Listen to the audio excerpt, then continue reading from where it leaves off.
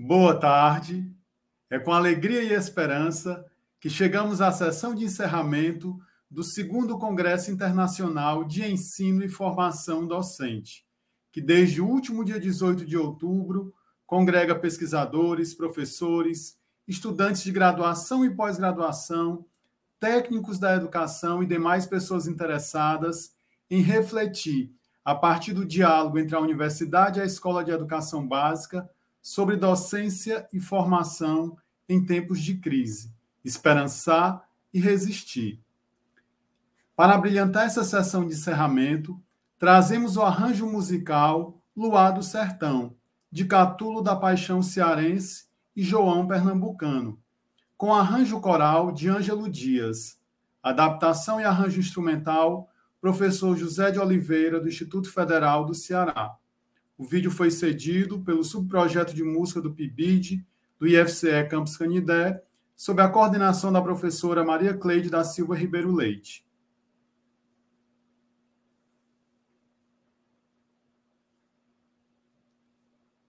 Vamos lá? Ouvir que coisa mais bela nesse mundo não existe do que ouvir um galo triste no sertão que faz luar. Parece até que a alma da lua que descansa, escondida na garganta desse galo a soluçar.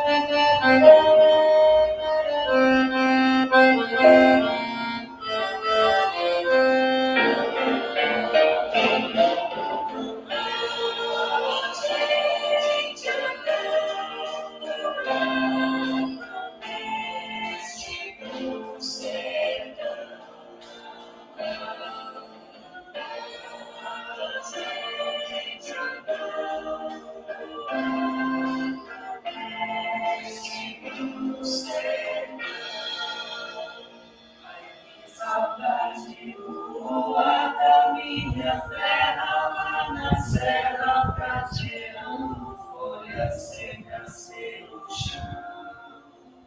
Este luar, cada cidade tão escuro, não tem aquela saudade tua. Sempre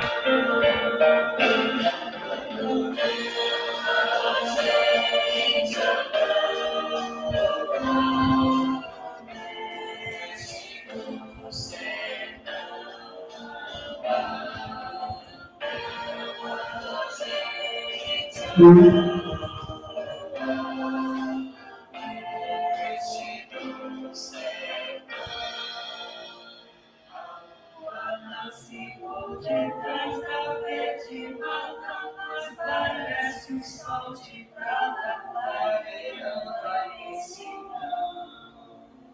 A gente pega na viola que conteia a canção da lua cheia no bater do coração. A gente amou.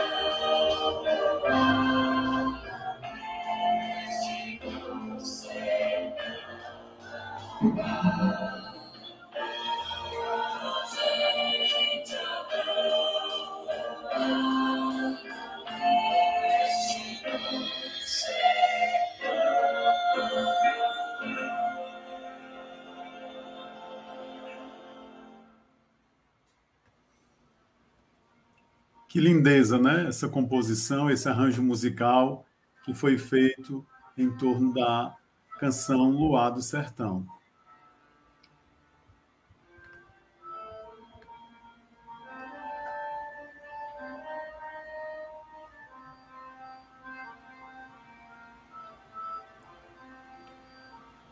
A gente agradece ao IFCE Campus Canindé.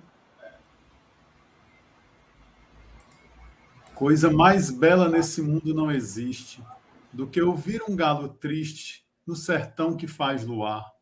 Parece até que a alma da lua que descansa, escondida na garganta desse galo a soluçar. O CIEF se faz resistência entre o Nordeste brasileiro e os debates com integrantes de diversos países, como Cabo Verde, Guiné-Bissau, Estados Unidos, Portugal, traduzido em 479 pessoas inscritas no nosso evento, 224 trabalhos submetidos, 110 avaliadores, 24 oficinas e minicursos, 3 sessões especiais, 8 mesas redondas, conferência de abertura e agora a nossa conferência de encerramento. Então, os números, eles já trazem para a gente uma dimensão do que foi esse evento, do que é o desafio de fazer um evento ainda no contexto remoto. Então, quando a gente submeteu o projeto como um projeto de extensão na Unilab, ainda foi no ano anterior, estávamos no contexto da pandemia e não dava para prever como estaríamos esse ano, né? Então, sobretudo um congresso que teria um trânsito de pessoas de diferentes lugares, a gente optou por fazê-lo de modo remoto. E já queremos começar fazendo um agradecimento de modo muito especial aos integrantes, às integrantes do E-Docência, Grupo de Estudos e Pesquisas sobre Educação, Diversidade e Docência, que atuaram, estão atuando e ainda atuarão de modo incansável, né, antes, durante e um pouquinho depois do evento. Então, muito obrigado. Trago agora, né, já anunciando um pouco do que virá nessa nossa tarde, Fernando Pessoa. Fernando Pessoa escreve sobre a relação dele com a escrita, com o leitor e com a poesia, e a gente pode ampliar essa relação para a educação, para a vida. O poeta é um fingidor, finge tão completamente que chega a fingir que é dor, a dor que deveras sente. E os que leem o que escreve, na dolida sentem bem, não as duas que ele teve, mas só as que ele não tem. E assim, nas calhas de roda, gira a entreter a razão, esse comboio de corda que se chama coração. Então, a gente está aqui num grande coletivo, esperançando, resistindo por uma educação de qualidade, né? Uma educação socialmente referenciada, uma educação na perspectiva da inclusão. E nesse contexto do remoto, alguns desafios também surgem, e hoje, já no finalzinho da manhã, a gente foi avisado pelo professor José Augusto de Brito Pacheco, que seria o nosso conferencista, que ele estava com problemas de conexão devido a uma instabilidade atmosférica na região em que ele mora, no norte de Portugal. Ele já tinha antecipado da possibilidade de não conseguir participar. A mediação também seria feita pela professora Jaqueline Freire, da Universidade Federal do Pará, mas aí ela está, no momento, cuidando da sua mãe, da saúde da sua mãe. E aí nós convidamos, né, que já estava preparado também para participar da mediação, um português também, uma pessoa muito querida, um profissional de excelência, que hoje está na nossa instituição, na Unilab, que é o professor Luiz Miguel Dias Caetano, que gentilmente aceitou o nosso convite e veio abrilhantar o encerramento do nosso evento. Então, esse é o professor Miguel Dias. Então, mesmo que virtual, peço uma salva de palmas para o professor Miguel, aí das casas de vocês, de onde vocês se encontrarem. É um grande parceiro nosso e veio também dialogar conosco sobre a temática do nosso evento, sobre as suas pesquisas, e eu vou apresentá-lo para vocês conhecerem a potência que é o Luiz Miguel Dias Caetano. O professor Miguel Dias é licenciado em Gestão de Empresas, mestre em Comportamento Organizacional, doutor em Educação e pós-doutor em Ensino. Atualmente é professor adjunto no Instituto de Ciências Sociais Aplicadas da Universidade da Integração Internacional da Lusofonia Afro-Brasileira, aqui na Unilab, atuando no curso de Administração Pública, nas áreas de Relações Internacionais, Comportamento Organizacional, Inovação e Criatividade em temáticas relacionadas com a Comunidade de Países de Língua Portuguesa, a CPLP. Em termos de pesquisa, concentra a sua atividade nas áreas de inovação tecnológica, sistemas de informação, tecnologia educativa e ensino, inovação e gestão pública.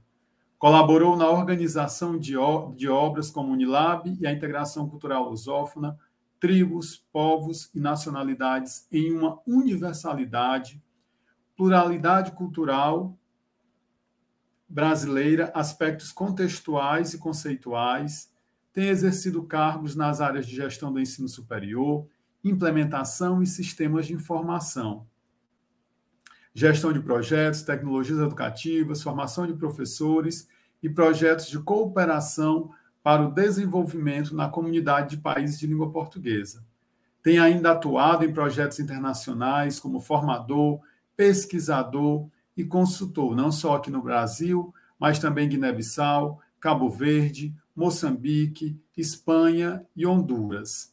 Regularmente dinamiza várias palestras, cursos e workshops nas áreas de inovação, técnicas de comunicação em público, criatividade nas organizações, tecnologia na pesquisa e gestão de pessoas. Colabora ainda em várias atividades de pesquisa, produção científica e extensão com a Universidade de Santiago, em Cabo Verde, com a Universidade do Estado do Rio Grande do Norte, aqui no Brasil, com a Universidade Federal de Santa Maria, no sul do Brasil, a Universidade Pedagógica Nacional Francisco Morazán, em Honduras, a Universidade Tecnológica do Chile e a Universidade de Aveiro, em Portugal. Então, Miguel Dias, seja muito bem-vindo ao nosso segundo CIEF. Você que acompanhou a programação ao longo dos dias, esteve bem próximo conosco e agora vai nos dar a honra, a alegria de ouvi-lo nessa nossa conferência de encerramento. Olá, muito boa tarde a todos. Em primeiro lugar, um agradecimento pelo convite para poder, mais uma vez, participar aqui no encontro, no segundo CIEB. Já tive a oportunidade de participar numa outra atividade e é para mim uma grande alegria, neste momento de encerramento, poder aqui também deixar algumas experiências e algumas considerações. Quero também dar uma palavra de reconhecimento público pela qualidade do evento.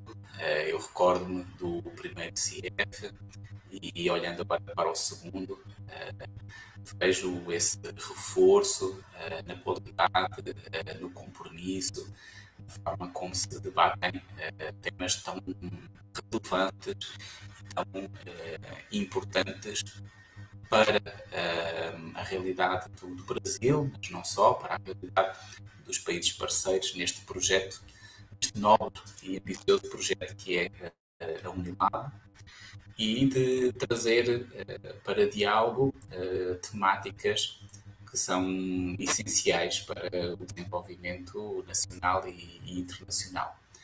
E perceber que este congresso ele é apenas um dos recursos, um dos elementos no prestigioso trabalho de um conjunto de professores da Unilab. Então, muitos parabéns pelo evento, pela trajetória e pelos contributos que estão e continuarão dando em prol do ensino e da formação docente no contexto da CPLP.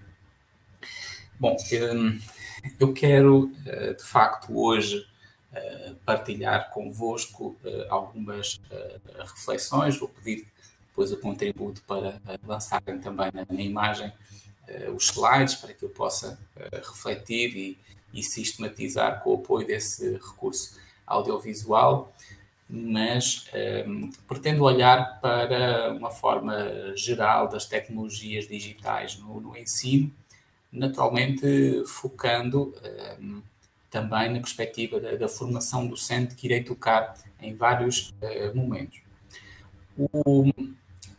O segundo CIEF lança-nos como desafio o olhar para a docência e a formação em tempos de crise. E eu olho para este contexto do tempo de crise em duas perspectivas. Olho para uma questão mais momentânea, mais circunstancial, que é a saída de uma crise pandémica que nos provocou muitas alterações que não foram programadas. Algumas delas provocaram algumas mudanças que há décadas nós vínhamos fomentando, debatendo, e que por vários fatores não se iam implementando com a velocidade que nós desejaríamos. Vou falar, por exemplo, de introdução em algumas práticas de utilização de meios tecnológicos.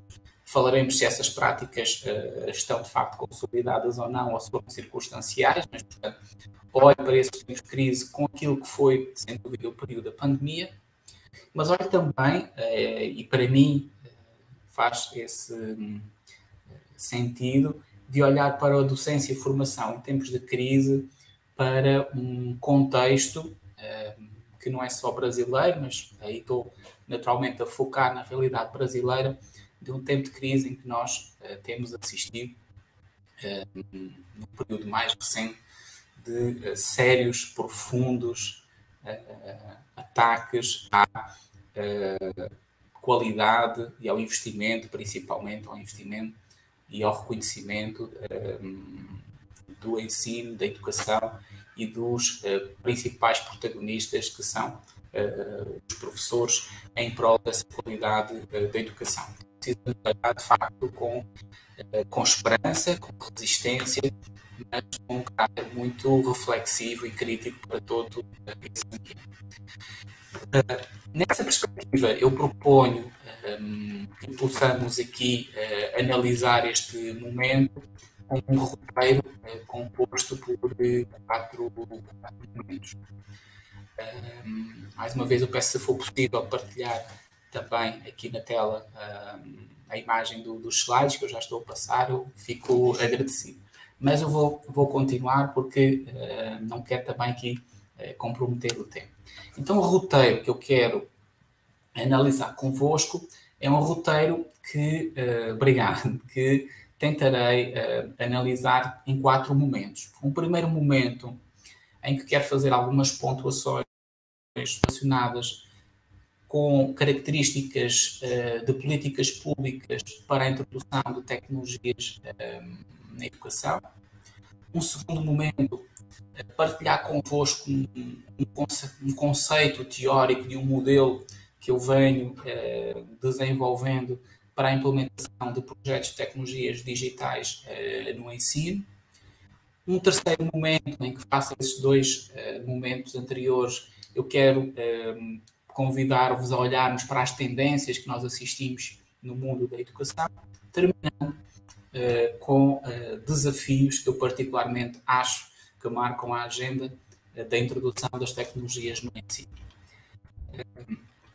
Nesse sentido, vamos então iniciar com o primeiro tópico, as políticas públicas para as tecnologias na educação.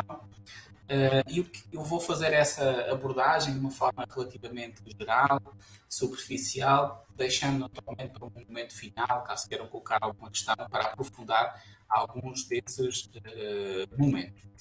O primeiro aspecto que eu quero colocar é que, olhando para várias experiências nacionais e internacionais, eu verifico que uma grande parte das políticas públicas e de desenhos de projetos que visam a integração da tecnologia no ensino, na formação de professores, são ações que colocam uma característica muito centralizadora,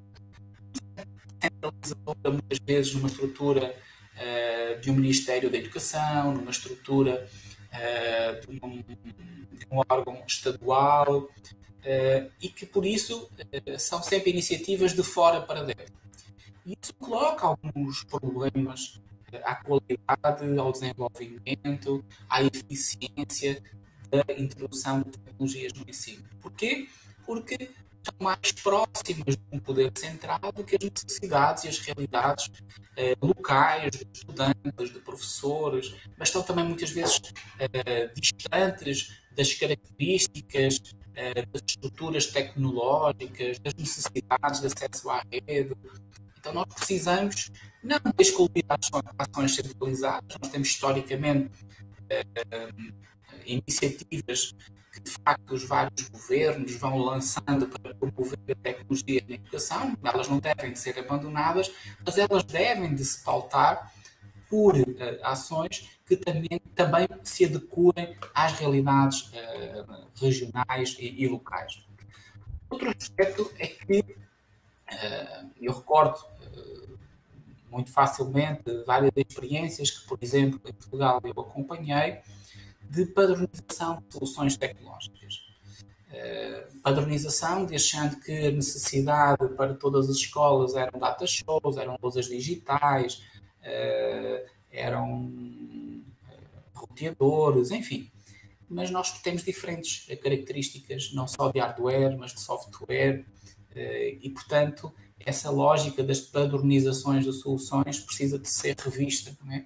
O modelo de implementação de tecnologias, normalmente o primeiro grande projeto de tecnologias para a educação em Portugal, não foi o pioneiro, mas que mais recentemente fez um grande investimento, que foi o Plano Tecnológico na Educação.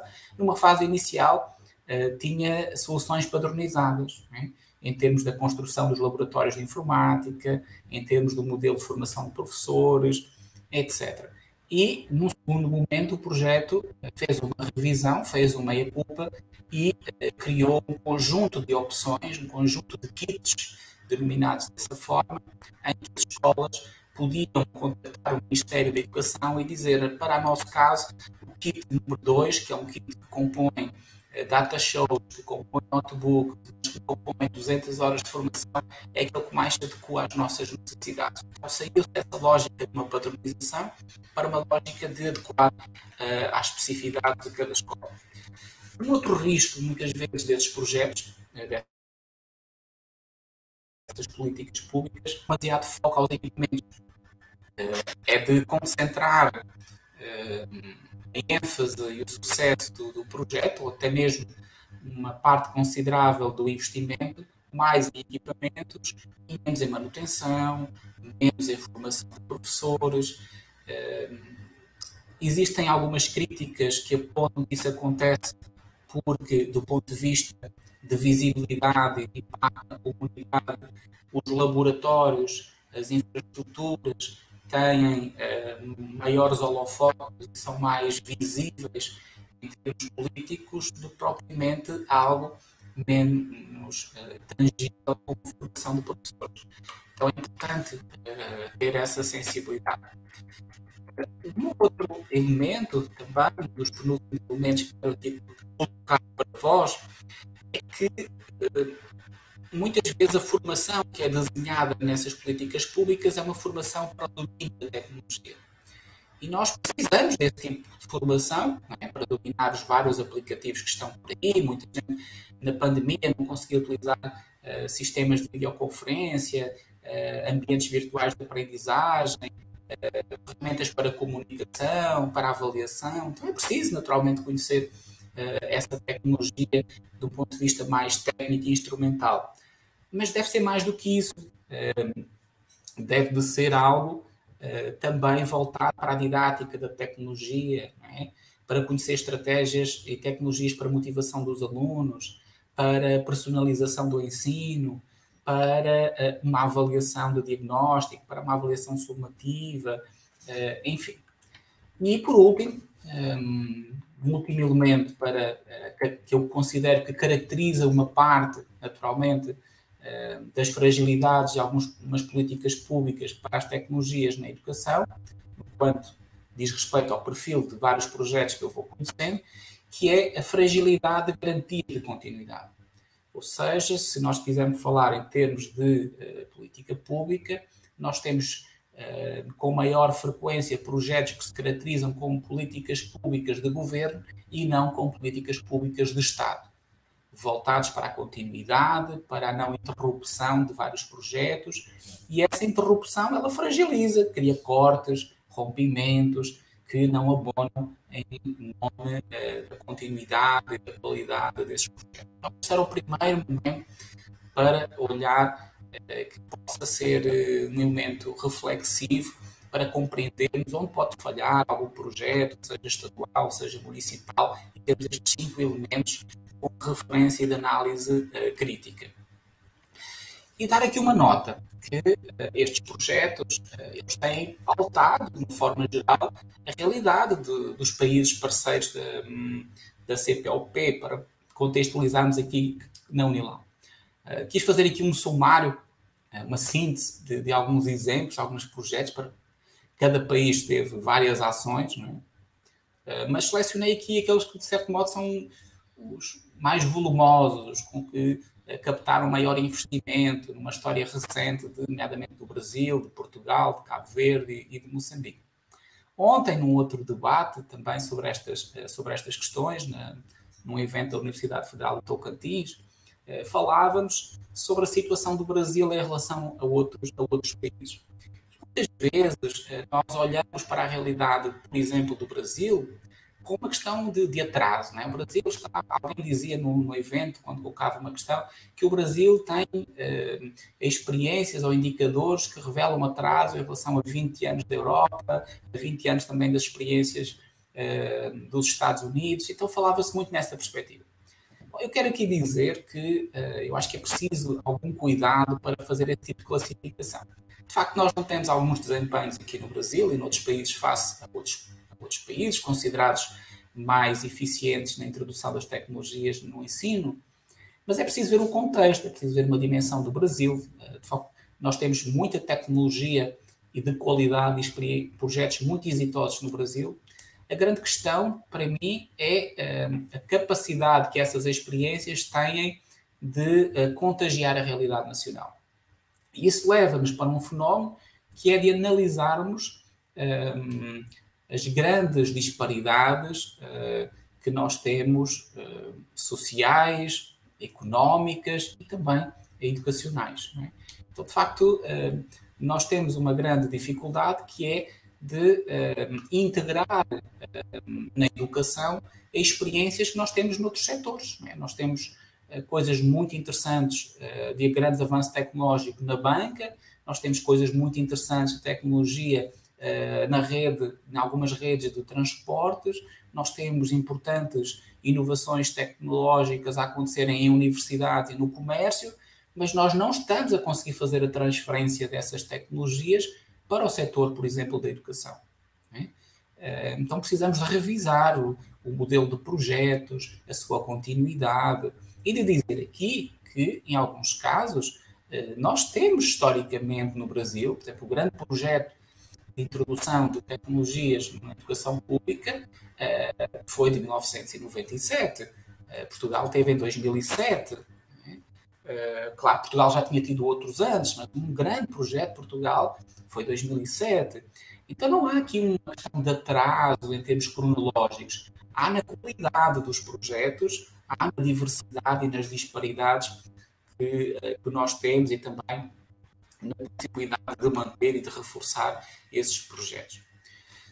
Bom, quanto a fragilidades que eu encontro nessas políticas públicas, só para sistematizar este primeiro ponto, eu acho que nós encontramos muitas vezes uma baixa taxa de utilização dos equipamentos disponíveis. Eu visito e acompanho alguns projetos de pesquisa e nem sempre o problema é falta de equipamentos tecnológicos. Não é?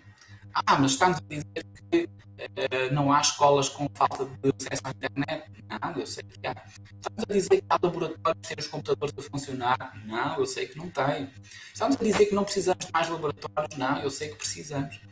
Mas eu estou aqui a reforçar que também encontramos vários casos de baixa taxa de utilização de equipamentos disponíveis. Eu tenho conhecimento de realidades de escolas de ensino médio, escolas estaduais de ensino médio, que até há bem pouco tempo tinham 2 ou 3 dezenas de tablets que estavam há mais de 1 ano e meio, quase há 2 anos, nas suas caixas sem serem retirados e não estavam sendo utilizados. E os alunos não estavam tendo aulas com apoio de meios tecnológicos. Então nós também temos baixa taxa de utilização. Temos também uma subutilização, às vezes, nos laboratórios de informática. Não é? Precisamos de olhar para esses laboratórios de informática como sendo um espaço para as aulas de matemática, de física, de química, de língua portuguesa, de história. Precisamos também de olhar para as fragilidades ao nível de competências tecnológicas dos professores. Muitos professores passaram a usar a tecnologia por uma mudança forçada do ensino remoto. E eu pergunto se essa mudança ela foi, de facto, significativa e transformadora. Ou se nós não estamos, em muitos casos, a olhar para fenómenos como o regresso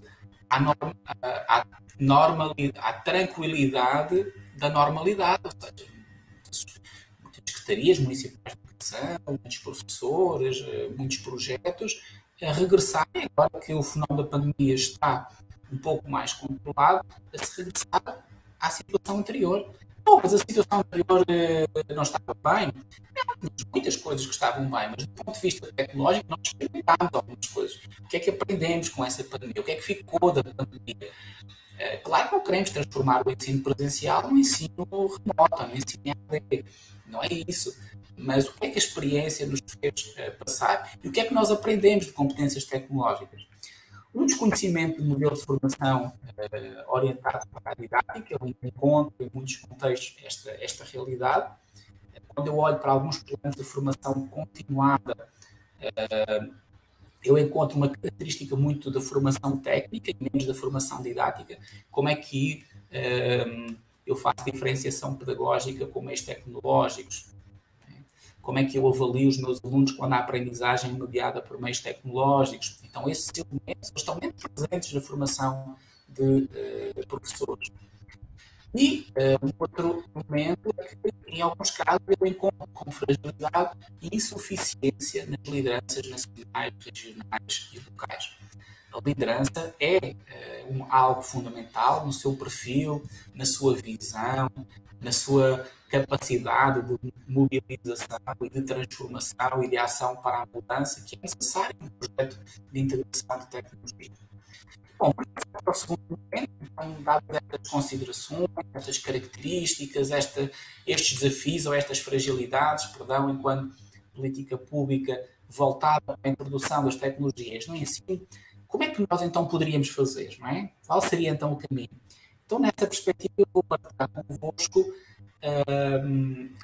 aquilo que eu considero um modelo conceptual para a implementação de projetos de tecnologia educativa.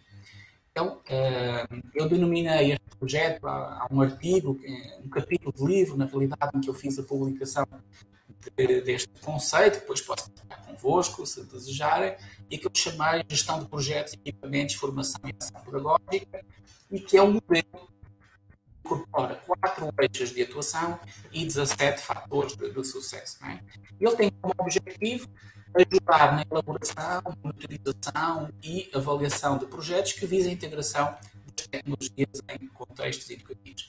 Então, vamos começar pelo primeiro eixo, o eixo da gestão de projetos, se quisermos, da liderança deste tipo de projetos, e eu coloco aqui, neste eixo, alguns fatores, nomeadamente a origem dos projetos, se a origem é interna, se é externa, está alinhada mais com os desejos programáticos e políticos, ou está mais alinhado com as necessidades das escolas, dos professores. Se a gestão do projeto ela reúne características de capacidade de liderança, mais uma vez a dimensão da liderança aqui presente, se combina parcerias, não é? Às vezes no ambiente onde estão as escolas gravitam atores ou potenciais parceiros que nem sempre são aproveitados, não é? Sempre dou em relação a isto um exemplo, que eu conheço um município que ao lado está uma das maiores empresas do fornecimento de tecnologia e de redes de internet no Estado, e as escolas à sua volta têm enormes problemas de acesso à internet. Parece um pouco contraditório, como é que está ali uma grande empresa, uma empresa cotada em bolsa, que movimenta milhões de reais na sua faturação mensal, que tem uma estrutura imensa, que é uma empresa de referência, que tem tecnologia de ponta, e ali, naquele ambiente próximo, nós não vimos o papel da sociedade, nomeadamente das empresas, também numa participação em prol da qualidade da educação ali local e regional. A cultura tecnológica das escolas, a tecnologia no projeto da escola, a tecnologia é uma estratégia da escola ou faz parte da cultura organizacional da escola? A tecnologia está, de facto, na sala de aula, está na biblioteca, está na gestão pedagógica, está na relação da escola com a comunidade. Qual é a cultura tecnológica da escola? E também, dentro da gestão do projeto, eu coloco o indicador, ou fator de sucesso, perdão, que é a monitorização dos projetos. Introduzir a tecnologia no ensino não é só uma responsabilidade do professor, é uma responsabilidade da coordenação pedagógica, da direção da escola. Como é que isso é acompanhado? Como é que nós fazemos a monitorização dessas ações? Então, isto é, digamos, um primeiro elemento de um primeiro eixo da gestão de projeto. Outro eixo importante, naturalmente, é o eixo dos equipamentos. Muito falamos sobre isso, por exemplo, no contexto brasileiro. As escolas não têm materiais, não têm equipamentos tecnológicos. Precisamos de compreender qual é a tipologia dos equipamentos das escolas, não é?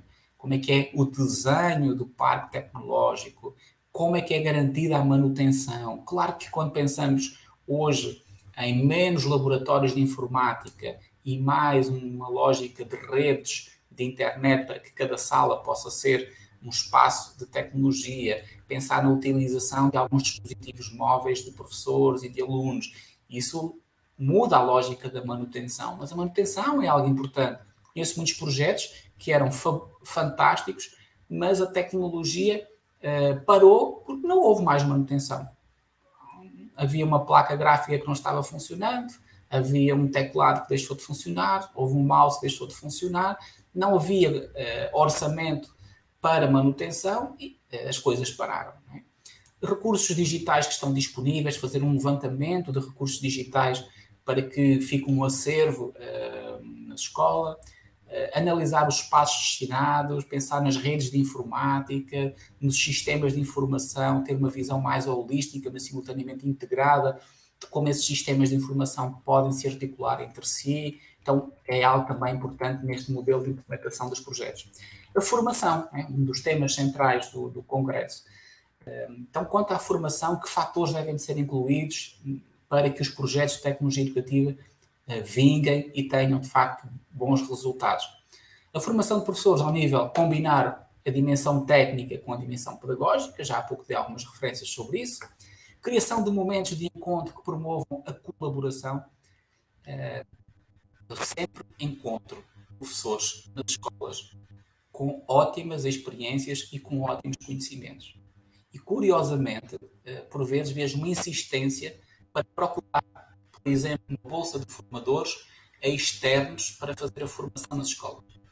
É preciso fazer esse levantamento e conhecer práticas exitosas, conhecimentos muito interessantes, porque nós vamos conseguir, certamente, encontrar professores que podem colaborar com o desenvolvimento desses projetos. Então, é preciso também fazer formação em contexto, sair da sala de formação e organizar formações que permitam aos professores terem colegas a acompanhá-los em alguns momentos, que possam partilhar experiências, acompanhá-los em alguns momentos em que se sentem mais inseguros. Então, a formação de sala de aula é importante, mas a formação em contexto também.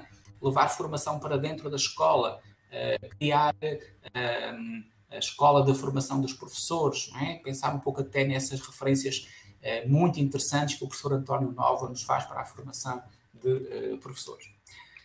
E o último eixo dentro da ação para a implementação deste modelo é a ação pedagógica, ou seja, o que é que podemos fazer em termos de apoio de intervenção nas práticas pedagógicas. Bom, realizar atividades integradas com o currículo e promover aprendizagens ativas, então aqui estamos a promover hoje as metodologias ativas, não é? Também muito o vosso conhecimento. Encontrarmos nesta prática pedagógica mecanismos, iniciativas que nos permitam ter retorno e registros sobre a atividade de aprendizagem, os resultados da aprendizagem dos alunos com a tecnologia. Nós pesquisamos muito sobre motivação com tecnologia, sobre o potencial pedagógico de meios tecnológicos, mas pesquisamos menos sobre os resultados da aprendizagem, a qualidade dessa aprendizagem na interação com meios tecnológicos e manter e continuar a promoção da cultura maker, de levarmos professores e alunos a produzirem recursos digitais é um outro elemento que eu considero essencial neste eixo. Então, nesta visão integrada destes 4 eixos, eu acho que podemos contribuir para ter uma visão integradora, um equilíbrio entre tecnologia e pedagogia, promovermos o debate e a negociação na tomada de decisão dos projetos e não ser algo apenas decidido centralmente, as pessoas terem voz ativa no desenho destas iniciativas, facilitar o planejamento, eventualmente retirarmos aqui destes eixos e destes fatores a criação para uma checklist e verificar o que está mais positivo, menos positivo no nosso projeto ou nas práticas da nossa instituição e, eventualmente, contribuir também para o repensar da formação de professores.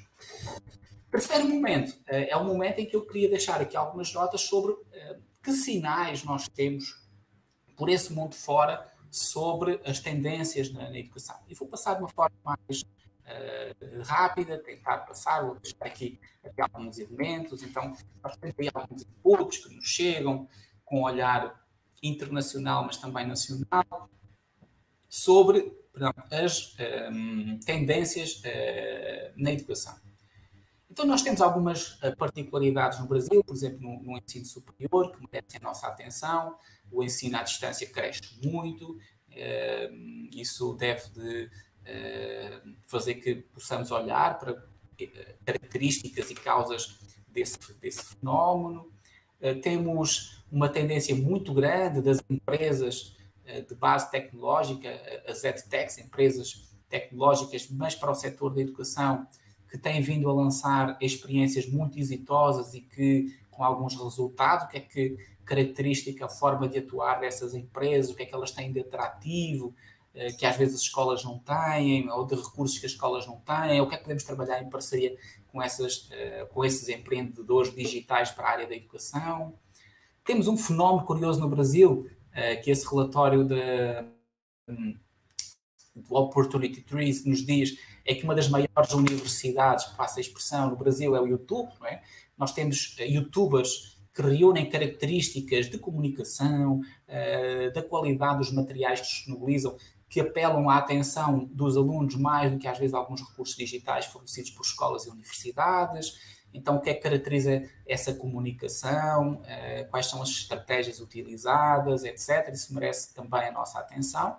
Sabendo, naturalmente, que é fundamental também estarmos atentos à necessidade de colocarmos também como prioridade na educação a dimensão das soft skills. Nós não queremos mais olhar apenas para a formação da criança, dos jovens e dos adultos como fundamental no domínio de técnicas, da língua, das ciências, etc. Naturalmente que isso é muito importante, mas é também importante pensarmos numa formação reflexiva, crítica, em dimensão emocional, humanista, não é? Que parece que começam a ser tanto ou mais valorizadas, não é? E nós temos hoje uma crise de valores muito grande, não é? A nossa sociedade está dividida, a nossa sociedade está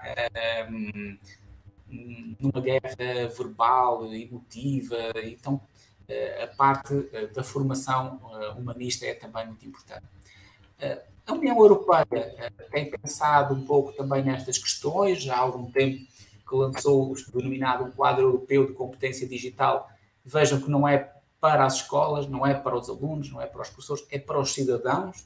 É um quadro de tendência que nos mostra que é fundamental na educação, nas empresas, na economia, na sociedade civil, olharmos para o conhecimento tecnológico como uma competência fundamental para um cidadão de hoje, não é?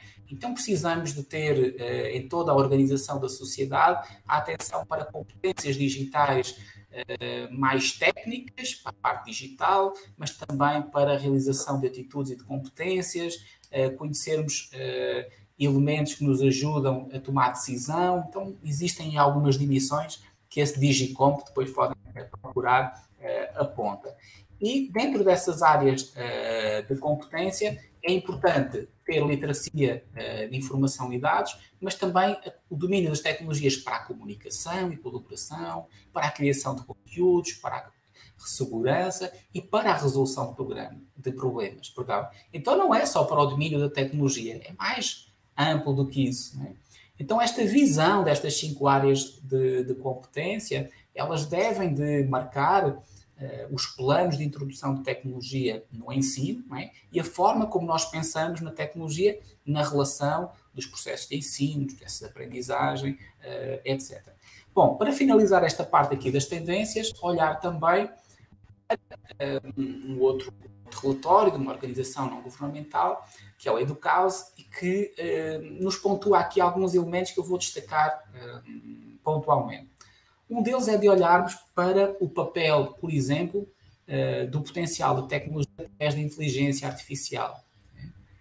Nós sabemos como ela está presente em muitos momentos hoje da nossa vida, que nos ajuda, às vezes, na tomada de decisão, ajuda as empresas, mas não precisamos de olhar para este fenómeno de inteligência artificial como sendo algo existente no eixo do bem e no eixo do mal. Não, a inteligência artificial pode trazer coisas fantásticas também para a educação, da mesma forma que a realidade aumentada. Eu hoje, quando vejo alguns aplicativos, por exemplo, de realidade aumentada, eu lembro, recordo-me de alguns momentos do meu ensino fundamental 2 e do meu ensino médio, alguns conceitos da física e da química que eu, na época, precisava de estudar muito para compreender como seria hoje, né, com o celular, com o aplicativo de realidade aumentada e estudar elementos da tabela periódica, outro tipo de conteúdos, né? Como hoje esses materiais podem ter uma visualização e uma concretização muito mais próxima, muito mais visual, muito mais fácil de compreender, não é? Então estas tendências de tecnologia, elas podem nos trazer não apenas inovação nos materiais, na forma como nós nos relacionamos, na forma como nós estudamos, mas de contribuírem para um sucesso educativo, não é? E quando nós queremos colocar tecnologia no ensino, nós não queremos apenas inovar, nós queremos inovar para a formação de mais qualidade, para melhorarmos os resultados. Então nós temos aqui um leque hoje de tecnologias que nos podem auxiliar e podem ser parceiros. Na certeza que a tecnologia, na minha visão, tem um papel complementar. A tecnologia ela não nos vem salvar a educação. Não tem esse elemento profético, não é? Que às vezes falo muito dos profetas da boa vontade que nos anunciam a tecnologia como um elemento salvador. Não, mas podem ter esse contributo, não é? Eu fico sempre preocupado quando nós olhamos para a tecnologia como algo que nos faz tudo, não é? Eu vi agora referências recentes, não é? No panorama político nacional, no debate político nacional, anunciando que o grafogame poderia estar a resolver os problemas da alfabetização no país. E não está. As características desse grafogame não são resolver esses problemas, são um elemento facilitador. Então, cuidado quando nós ouvimos ou quando nós mergulhamos nesse sentimento de que, colocando tecnologia no ensino, os problemas vão se resolver. Não, nós podemos resolver outro tipo de problemas e olhar para a tecnologia como um meio complementar. Quero deixar aqui uma sugestão. Há um livro muito interessante de um autor americano, professor de ensino médio, que relata, ele relata essa experiência, ele hoje também é professor do ensino superior, mas ele relata essa experiência da nova revolução do professor a propósito das experiências do ensino médio também. E é um livro que muito interessante de ler, porque fala sobre o estabelecimento de relações com os alunos.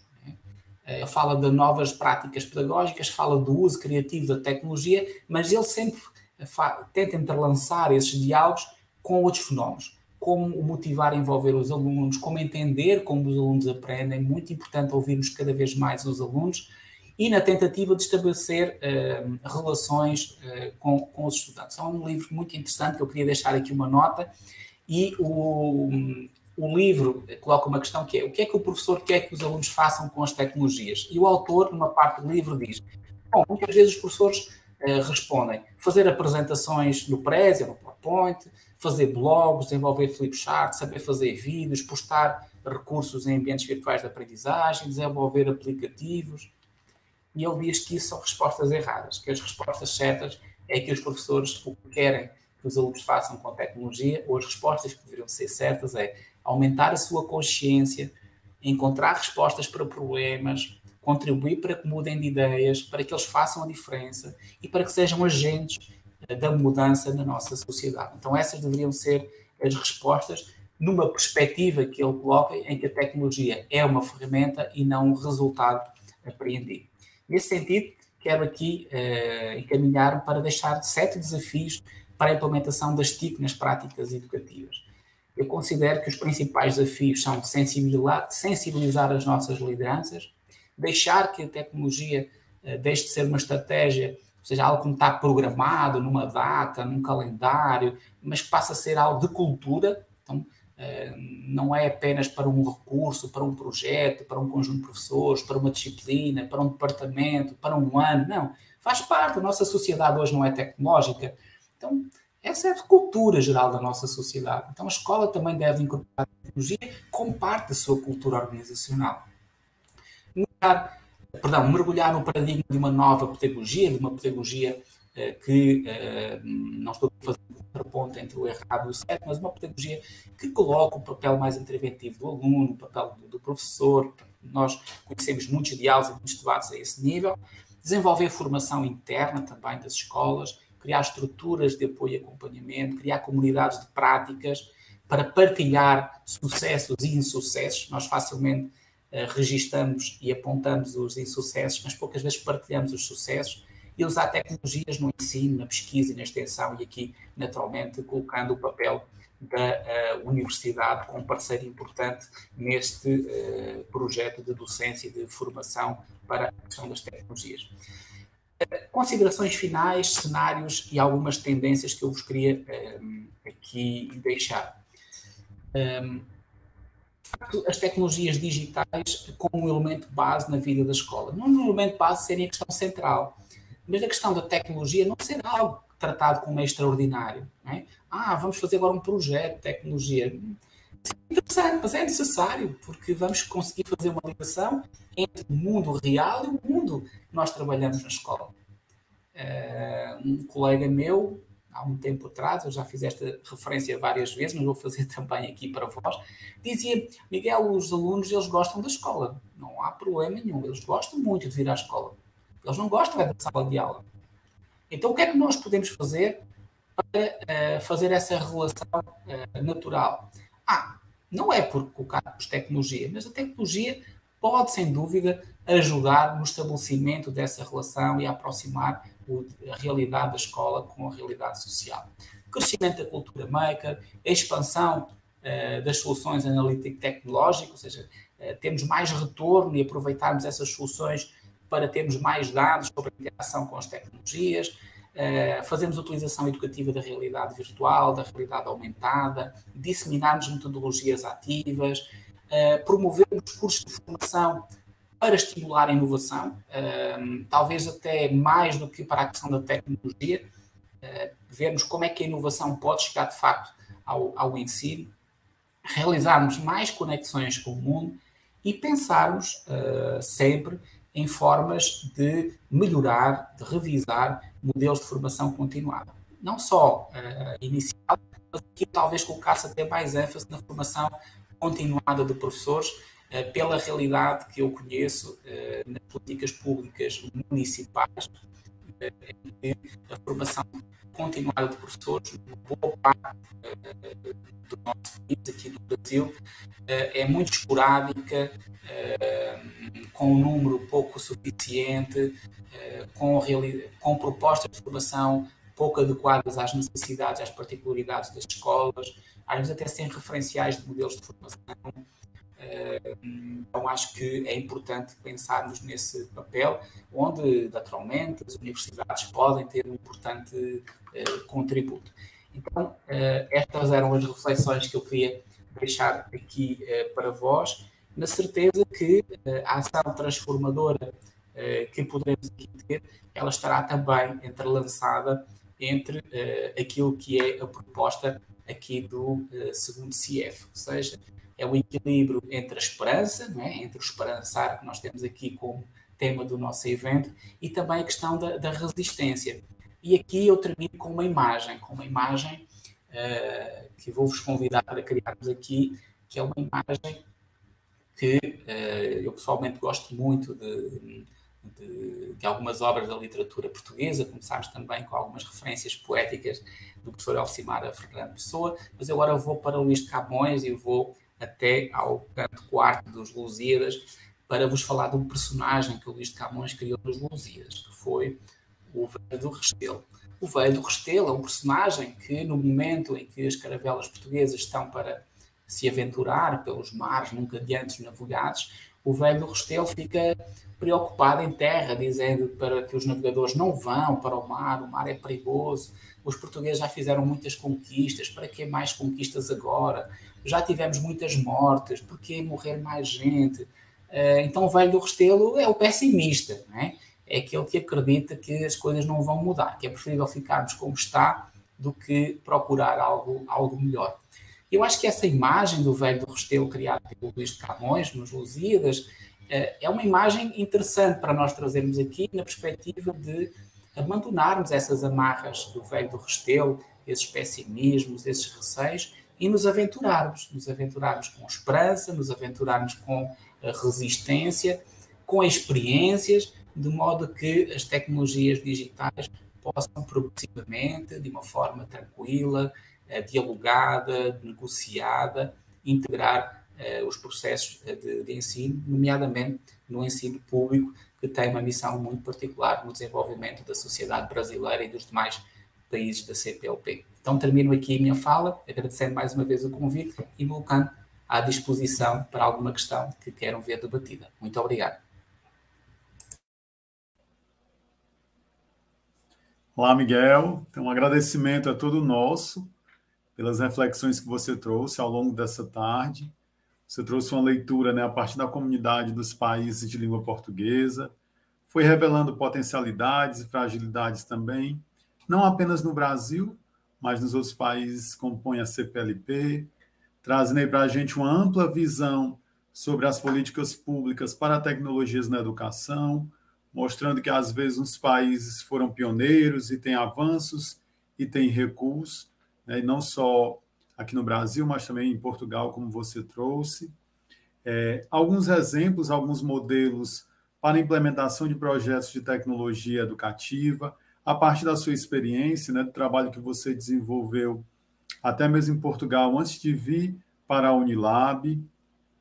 Depois você foi trazendo já algo mais recente, as tendências na educação, né? Então esse seu olhar também interligado com a didática, com o ensino, com a aprendizagem, e por fim, já muito dialogando com o que a gente vivenciou nos últimos 2 anos por conta da pandemia, pelo ensino remoto emergencial, pelo próprio modo como o CIEF está acontecendo, alguns desafios para integrar as tecnologias digitais de informação e comunicação às práticas educativas, né? Então, a gente sabe, quando em março de 2020, que o ensino remoto emergencial foi implementado, todos nós fomos pegos de surpresa, tanto os docentes da universidade, quanto os docentes da educação básica. A universidade a gente parou até um tempo maior do que mesmo a escola, e o que foi encontrado naquele momento foi esse ensino remoto emergencial. E a gente viu muitos professores, né, diante de desafios vários em torno de agora, como é que eu vou fazer, como eu vou desenvolver o meu trabalho pedagógico. Em um outro momento da sua fala, você também trouxe um dos desafios, como os equipamentos, o mínimo, né, para se garantir que é o acesso. Então, em muitas realidades das escolas públicas, e universidades também de vários países, não só do Brasil, os equipamentos necessários não se fazem presente de modo satisfatório. E isso a gente percebeu quando os equipamentos se voltaram para docentes e discentes, né? Então, a aula nas casas, a educação entre telas, os equipamentos passaram a não ser uma obrigação pública, mas privada, uma obrigação do docente, uma obrigação do discente.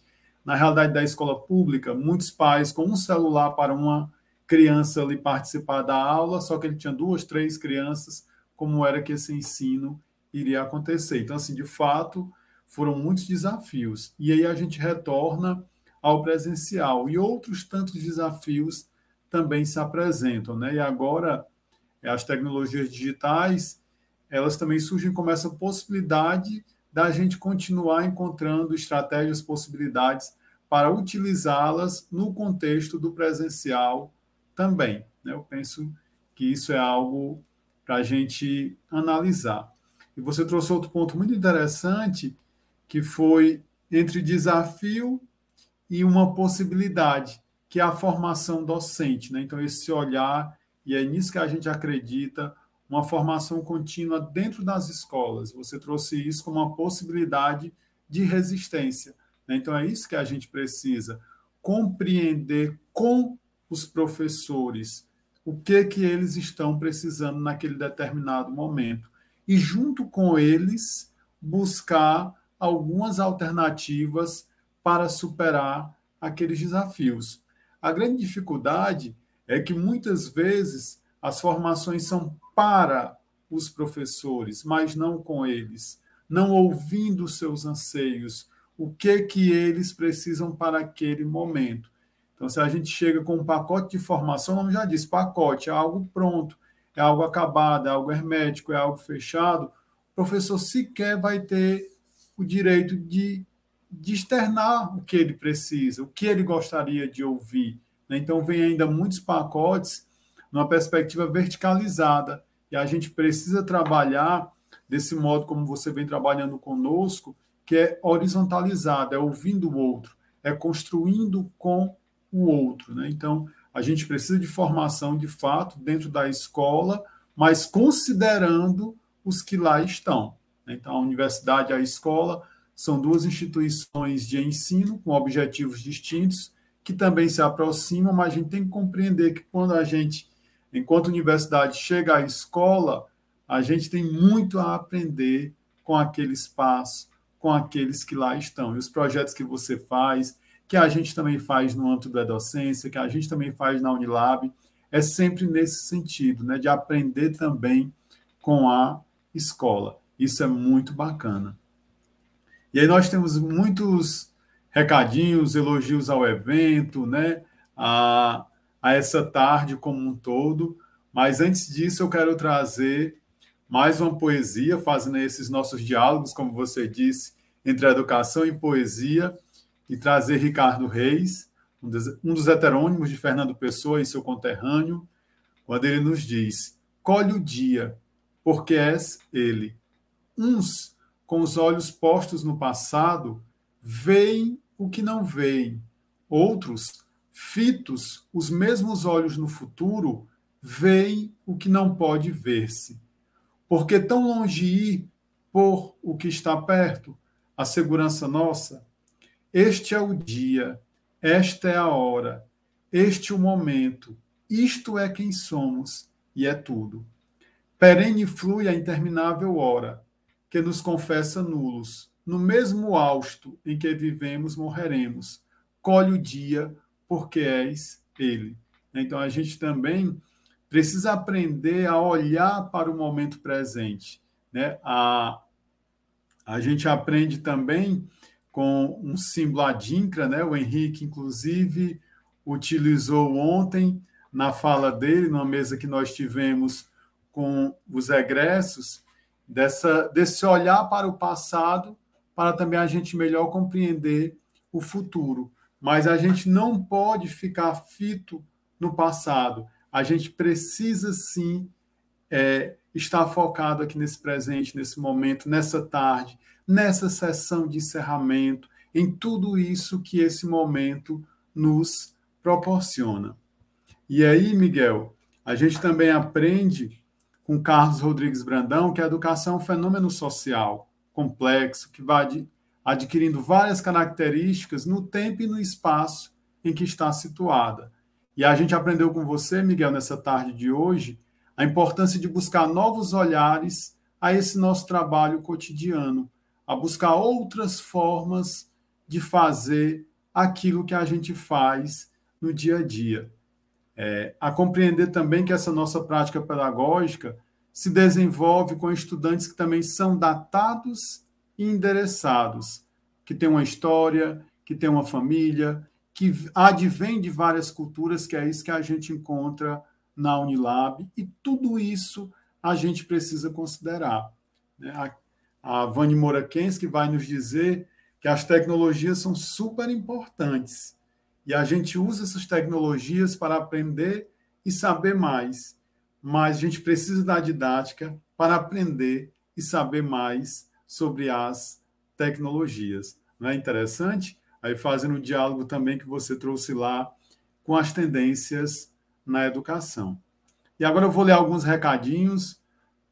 A Ana Paula Martins Farias Vasconcelos diz: feliz por esta oportunidade experimentada durante estes dias. Gratidão. Já quero bis. A Maria do Socorro Lopes da Silva: parabéns aos organizadores. O segundo CIEF nos deixa saudades. Uma perspectiva inclusiva e engrandecedora. A Ana Cláudia Lima de Assis: foram muitos os aprendizados. Foi um reacender a chama do esperançar. Grata. A Viviana Patrícia Koloviski Lucic: o evento foi ótimo, muito bem organizado, uma oportunidade para dialogarmos sobre a formação docente. A Maria de Lourdes Rufino Leal: segundo CIEF, foram dias de muito aprendizado. Parabéns à equipe organizadora Unilab. Foi de uma organização ímpar. Valeu. Railane Bento Vieira Saboia: o segundo CIEF foi maravilhoso. Trouxe muitas contribuições em nosso caminhar como pesquisadores e educadores. Valeu. Gratidão. Francisco Tiago Chaves de Oliveira: uma coisa é certa.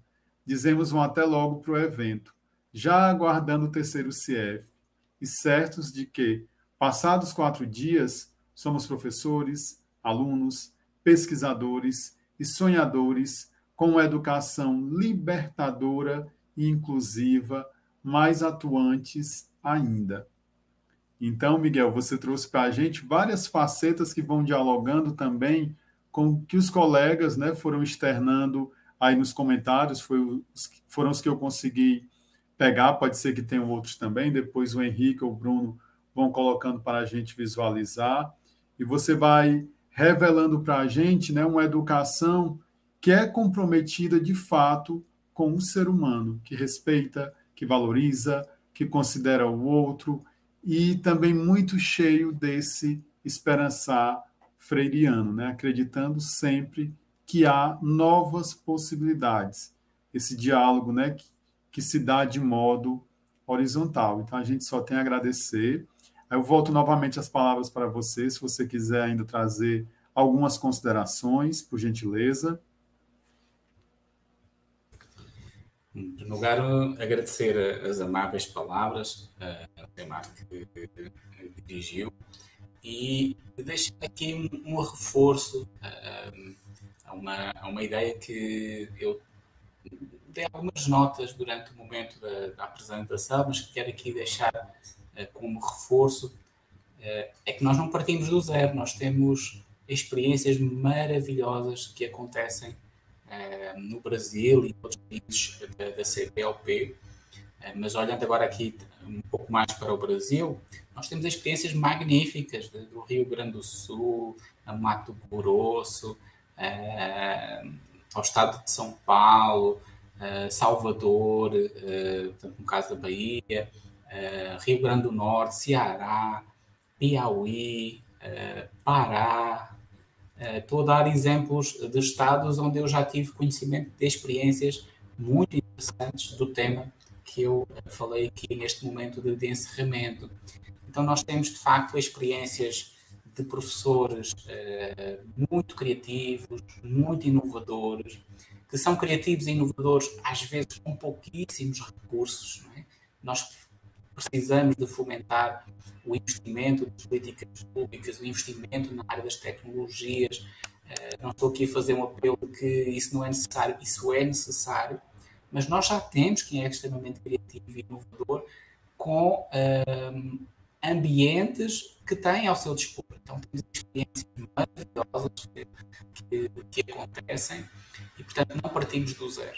Nesse sentido, é muito importante que este cenário da formação de professores, que eu acho um dos eixos mais sensíveis e mais determinantes nesta lógica da formação, com significado para as escolas e com significado para os professores, nessa construção horizontal que o Alcimar referia, e que isso aconteça com frequência, que aconteça de uma forma regular, que não seja um projeto circunscrito no tempo.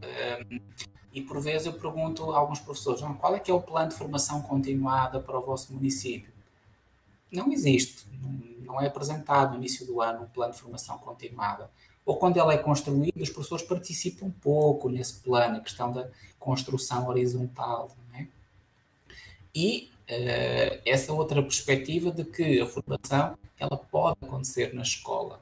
Não é? Bom, só na escola? Não, mas pode também. A escola pode ser um espaço de formação. Não é? O Governo Regional dos Açores, onde eu tive a oportunidade de trabalhar, as melhores experiências que eu tive de trabalho em formação de professores, melhores não foi por eu estar, foi por eu aprender com essa experiência, é de que, ao contrário do Governo Central da República Portuguesa, o Governo dos Açores, dentro da sua autonomia, eles podem fazer desenhos, construções adequadas às suas necessidades. Eles sentiram que a formação de professores precisava de estar mais perto das escolas.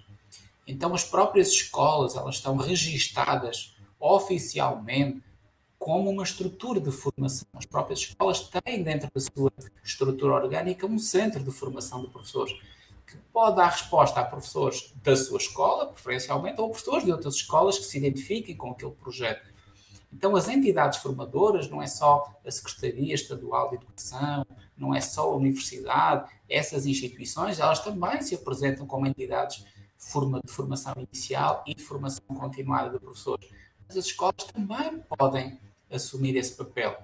Eu acho que esse é um modelo muito interessante, não de copiar e de colar, mas de olhar para esta ou para outras experiências, para nós vermos como é que elas se concretizam e não só de experiências internacionais, mas de experiências nacionais. Então é esse o diálogo, é esse o caminho de esperançar e de resistir, que são ótimas receitas, ótimos ingredientes para nós alcançarmos esse tão desejado sucesso e melhoria da nossa educação pública. Mais uma vez agradecer o convite, dar os parabéns através do professor Elcimar, de todos os membros da comissão organizadora e de também esperar já pela terceira edição, considerando naturalmente que o evento já marca este âmbito de conhecimento dentro da Unilab e na comunidade dos países parceiros. Então, muito obrigado e parabéns mais uma vez pelo evento.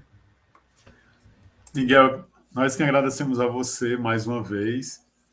Passa um recadinho rápido, eu não consegui ler quem projetou para você, quem escreveu, né? Gratidão ao professor Miguel Dias, que nos trouxe muitas contribuições e reflexões, enriquecendo nossa formação. Na hora da sua fala, passou, mas eu não consegui visualizar de quem era. A professora Elisângela também escreveu, Elisângela André, obrigada pela partilha de tantas reflexões potentes. O professor Luiz Miguel nos traz uma visão ampla e crítica sobre a realidade de diferentes países. Isso nos ajuda a perceber os nossos desafios e os desafios vividos por outros espaços. Gratidão. Então, agora, Miguel, dando continuidade a essa sessão solene de encerramento, vou pedir que você permaneça conosco e vou convidar as professoras Elisângela André e Sinara Mota para que a gente possa, né, dar continuidade a essa sessão de encerramento. Mais uma vez, agradecer ao Miguel, né, a gente houve um contratempo, ele já sabia, de um contratempo inicial com a mediadora da mesa, a professora Jaqueline Freire, e depois, ao final da manhã, com o professor José Pacheco, mas ainda assim o Miguel aceitou vir colaborar conosco nessa sessão de encerramento. Então, a gente só agradece demais a você pela presteza, pela delicadeza e pelas palavras, né, por tantos ensinamentos tão belos proferidos na tarde de hoje. Professora Sinara. Então, corroborando aí com o colega professor Elcimar, Miguel, é sempre uma alegria ouvi-lo, né? Eu já disse isso no início, quando nós estávamos nos organizando para entrar. E assim, você nos traz uma oportunidade de pensar as tecnologias, né? Essa oportunidade acessível ao professor, né? Durante tanto tempo a gente se escondeu, teve medo das tecnologias, e essa pandemia, de todo modo, ela veio nos dar essa oportunidade, mesmo a duras penas, né? Porque foram dias realmente muito difíceis. Infelizmente, a tecnologia ainda não é acessível a todos, né? Muitos professores ainda têm dificuldade com a internet, têm dificuldade de adquirir um computador de qualidade. Então, nós precisamos ter essa democratização também da tecnologia. Então, você vem nos inspirar a buscarmos realmente, continuarmos esperançando por uma educação de qualidade. Então, Miguel, é sempre maravilhoso tê-lo entre nós, viu? Muito obrigada pela sua valiosa colaboração.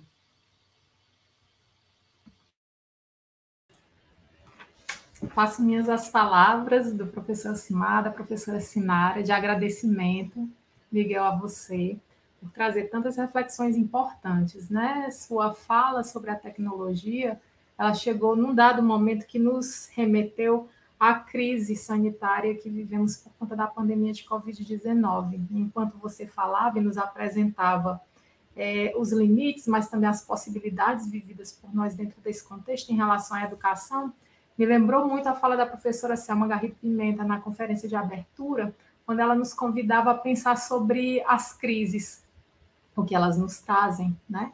Então, parafraseando um pouquinho, né, o professor Mário Sérgio Cortella, ele diz que toda gravidade já traz em si uma gravidez. E eu penso que muitas coisas foram fortalecidas e gestadas também, sobretudo em relação a forma como nós conseguimos colocar em diálogo educação e tecnologias. Você trouxe muitos aspectos relacionados a isso, né? Nos mostrou quanto se construiu até agora, mas quanto também ainda necessita se construir para que a gente consiga, de fato, efetivar esse diálogo de maneira mais abrangente e de forma mais inclusiva, para que ele possa, de fato, chegar aos diferentes lugares e às diferentes pessoas, ofertando potencial, todo o potencial que pode, né, para poder fortalecer os processos de formação das pessoas. Então, essa tua fala, ela vem cercada de vários elementos que estão presentes no título do nosso evento, né, que é a crise, mas também dialogando ali com o esperançar e com o resistir. A sua fala, ela conseguiu fazer uma síntese muito importante em relação ao conjunto de elementos que foram discutidos aqui durante esses dias no evento. Então, mais uma vez, a nossa gratidão a você por tudo, pela pessoa que você é, por tudo que você tem feito como pessoa, como profissional. Quem lhe conhece sabe do seu envolvimento e do seu compromisso com o seu trabalho, não só numa perspectiva individual de se fortalecer enquanto educador que é, mas também trazer essas questões para o coletivo, né? Sempre disponível para todos os convites que a gente faz, já dialogou com vários de nossos estudantes, já participou de vários dos nossos eventos, e é sempre uma alegria muito grande recebê-lo. E assim a gente vai caminhando para o fim. Tem poesia, Elisângela, ainda? Temos texto poético? Eu tenho também, Sim. viu? Tá. Ótimo. A gente Então, começou o dia com cordel, vamos terminar com cordel. Pronto. Perfeito. Então, só algumas questões, né, que eu queria pontuar também a partir da própria fala do Miguel para a gente, né? A professora Selma falava, Miguel, para nós, que a crise, ela nos leva, nos conduz ao exercício do olhar problematizador, ao exercício de leitura crítica da realidade, ao exercício do diálogo, e nós visualizamos isso aqui ao longo desses dias, junto com os professores da educação básica, da educação superior, estudantes da graduação, da pós-graduação, né, que se irmanaram nas discussões e reflexões acerca do ensino, da docência e da formação docente.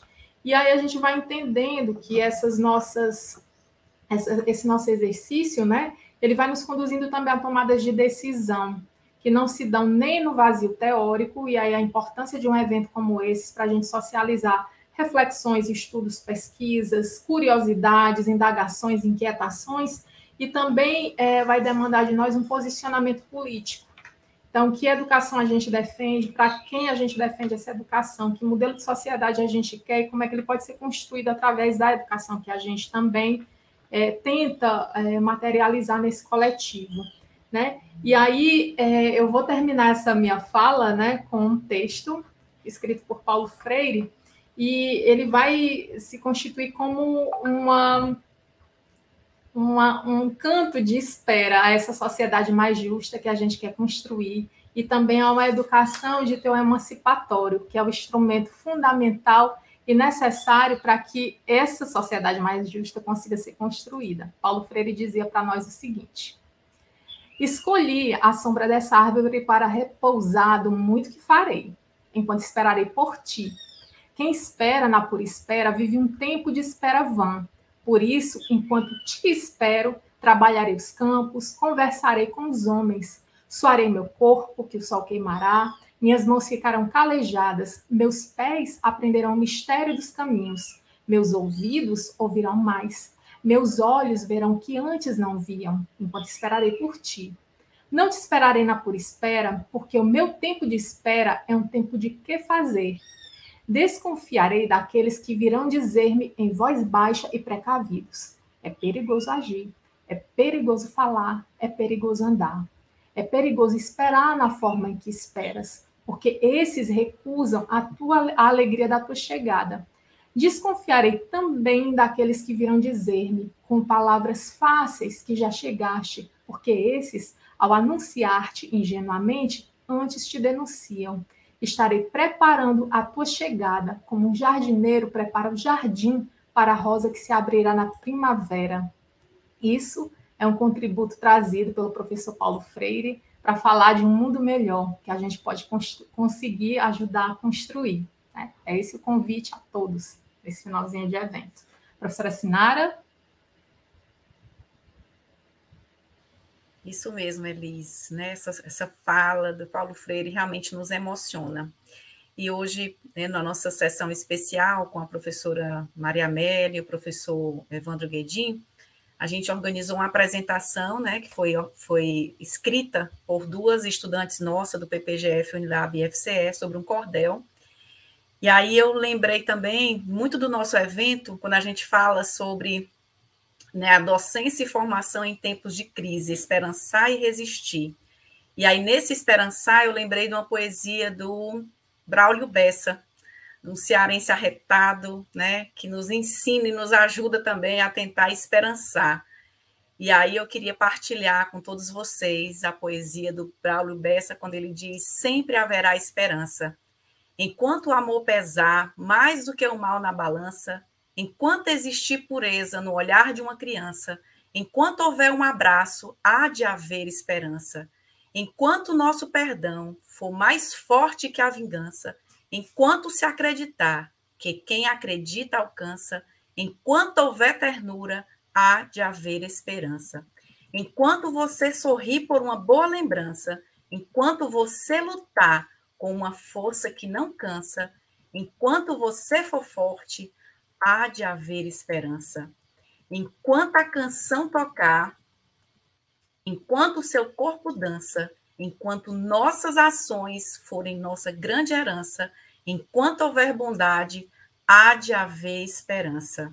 Enquanto se acreditar numa sonhada mudança, pelo fim da violência, pelo fim da insegurança, enquanto existir a vida, há de haver esperança. Esperança no amanhã e no agora também. Tenha pressa, é urgente. Não espere por ninguém. Não adianta esperança se você não faz o bem. Transforme sua esperança em algo que não espera. É no meio da maldade que a bondade prospera. É justo no desespero que a paz chegue e impere. É quando se está sozinho que um abraço tem todo valor. Repare que é no frio que a gente busca o calor. E é justo onde existe ódio que tem quem espalhe amor. Não adianta assistir, não adianta observar. Se você não se mexer, as coisas não vão mudar. E até a esperança vai cansar de esperar. O mundo já lhe esperou desde a hora de nascer. Lhe apresentou a vida e lhe fez entender que se o problema é o homem é que tem que resolver. Afinal, a gente nasce sem trazer nada para cá. Na hora de ir embora, o mesmo nada vai levar. O que importa de verdade é o que a gente vai deixar. E que nós possamos deixar realmente um mundo mais justo, mais solidário, mais inclusivo para nossas crianças. Um grande abraço para vocês. Eita, que lindeza, né? Riqueza aí, Paulo Freire e Braulio Bessa e a esperança. Eu lembrei também da conferência de abertura da professora Selma, quando ela retomou Paulo Freire dizendo que os conhecimentos são chaves para a gente ler o mundo, né? Trazendo essa ideia da educação libertadora, do esperançar sempre, né, Railane? Sigamos firmes. E aí a gente vai fechar com o esperançar freiriano. É preciso ter esperança, mas ter esperança do verbo esperançar, porque tem gente que tem esperança do verbo esperar. E esperança do verbo esperar não é esperança, é espera. Esperançar é se levantar. Esperançar é ir atrás. Esperançar é construir. Esperançar é não desistir. Esperançar é levar adiante. Esperançar é juntar-se com outros para fazer de outro modo. Esperançar e resistir, né, Cristiane Giordani? Esperançar é resistir. Então, a gente agradece a todos e a todas que esperançaram e resistiram conosco ao longo desses 4 dias de eventos. Mas antes desses 4 dias de eventos, tem pelo menos, concretamente, 10 meses de trabalho, né? Então, agradeço a todos e todas que estiveram conosco nessa empreitada, bolsistas, orientandos, orientandas. De modo muito especial, quero agradecer a Andrea Hillary, que é a bolsista de extensão desse projeto, né? Aliás, foi até setembro, desde agora no início de outubro, é o Demerson, mas trabalha tão em parceria que a gente nem sabe mais quem é quem, e todos os outros, mas a Hillary abraçou esse projeto, né, que de fato é a bolsa dela de extensão, todos os que foram se somando no caminho. São muitos os trabalhos de bastidores, é uma equipe de secretaria e a gente, né, com aquele desejo de não deixar um e-mail passar para o dia seguinte, estão buscando sempre tirar todas as dúvidas. E aí tem uma equipe, eu não vou mais dizer os nomes para não ser injusto com algum e alguma, só disse mesmo da Hillary, porque é a bolsista do projeto, juntamente agora com o Demerson, mas todos os estudantes do mestrado em Ensino e Formação Docente da Unilab que estão conosco, do mestrado acadêmico em Sócio, Biodiversidade e Tecnologias da Unilab que estão conosco, do programa de pós-graduação em Educação da UES que estão conosco, professora Rebeca, que é do Instituto de Humanidades, né, que também faz parte do nosso grupo de pesquisa, juntamente com seus orientandos, outros tantos professores, colegas e gestores da Unilab que aceitaram os nossos convites, das diversas instituições do Brasil e também de outros países. Então, assim, foram dias muito ricos, dias intensos, mas com grandes educadores, educadoras, pesquisadores e pesquisadoras que vieram partilhar conosco. Precisamos ressaltar também a qualidade dos trabalhos que foram submetidos. A gente teve alguns, né, que precisaram de ajuste, mas quase zero o nível de trabalhos reprovados, então mostra a qualidade dos trabalhos que foram submetidos, 224 trabalhos, mais de 200 trabalhos que foram apresentados, né? Isso em um evento remoto, em um contexto que, em grande parte, a gente já voltou à presencialidade, 479 inscritos, então mostra a potência desse nosso evento, nos anima, né, a seguir esperançando, a resistir, e em 2024, com outras luzes, com outros olhares, com mais cores, né, trazer o nosso terceiro CIEF, né, se Deus quiser, de modo presencial, na Unilab. Já temos convite até para fazer o CIEF do outro lado de lá, Miguel, então já tem um convite para o CIEF terceiro ser em Cabo Verde, né? Então vamos aí negociando. Temos o ano que vem para pensar, boas novas sendo gestadas, né? Então aí nos próximos dias, e a gente espera um 2023 muito próspero, muito rico, para que em 2024, de fato, a gente consiga realizar o terceiro CIEF de modo presencial, na Unilab ou Além-Mar, né? Ou quem está lá vem para cá, então a gente vai discutindo essas possibilidades. Então, a gratidão a todos, a todas, a cada um e a cada uma que venha o terceiro CIEF. Sigamos.